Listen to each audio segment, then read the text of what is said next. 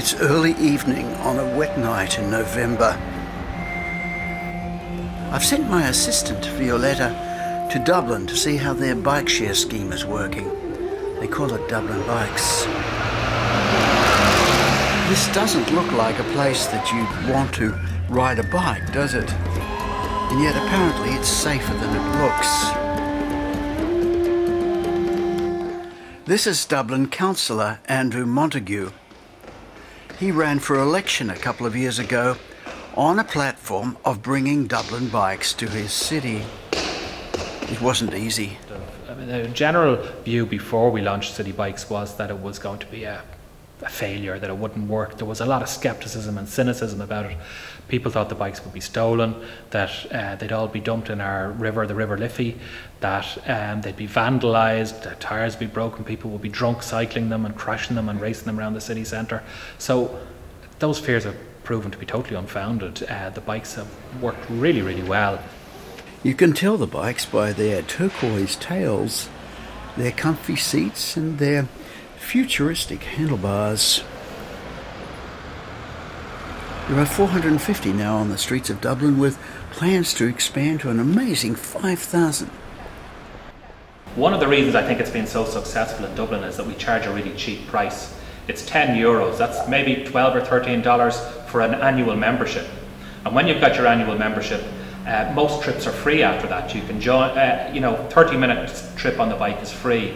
So that kind of low price is the kind of price that makes people say, well, yeah, sure, I may as well have my membership just in case I ever need it.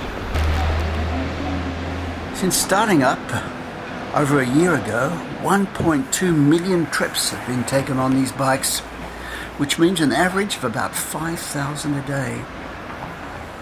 Melbourne, with approximately the same number of bikes on the streets, is getting 150 trips a day, 1/30th of the number. It seems like they've tapped into a clientele, a public that Melbourne Bike Share has yet to reach.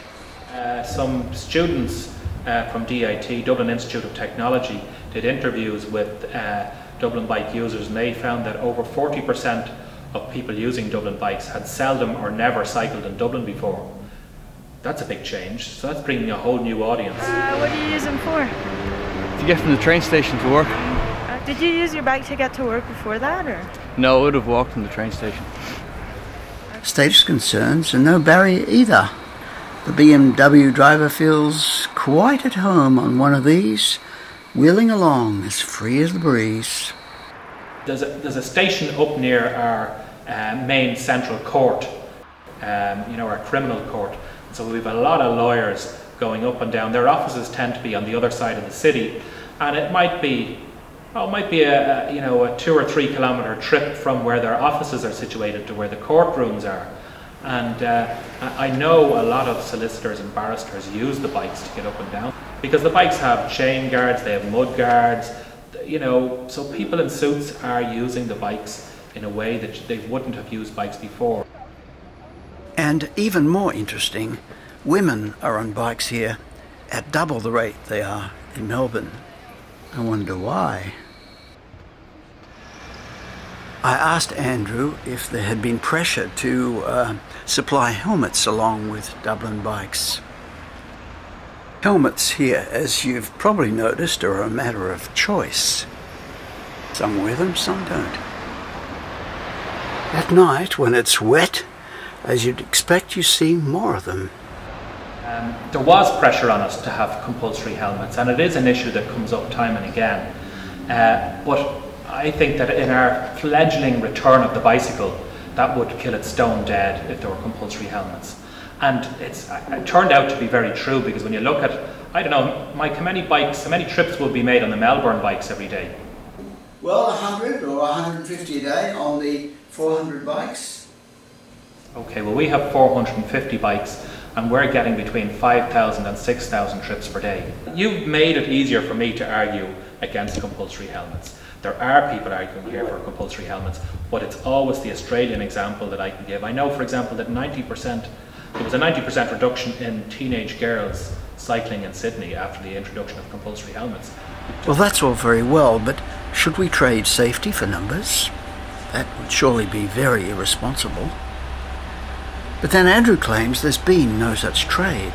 You know, we've had 1 million trips and no fatalities. So the chances of a fatality are less than 1 in 1,000,000. Now, the chances of you having a heart attack or having diabetes or having serious respiratory problems are very, very high. We know they're the illnesses of the modern world.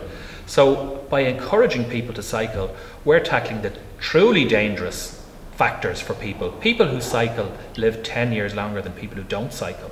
So I think it's actually irresponsible to have laws that make it less likely for people to cycle. Well, I agree, but the politician listening to this is saying, well, there'll be an accident, there has to be an accident, and then I'm going to be the one left holding the bundle. Yeah, I can understand that. As a politician, I can understand that kind of pressure and that fear. But, you know, there's no perfectly safe form of transport. Do we ask our pedestrians to wear helmets when they walk down the streets?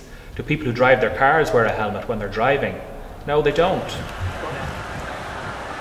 Yeah, I remember the bikes in Melbourne. Unused all day.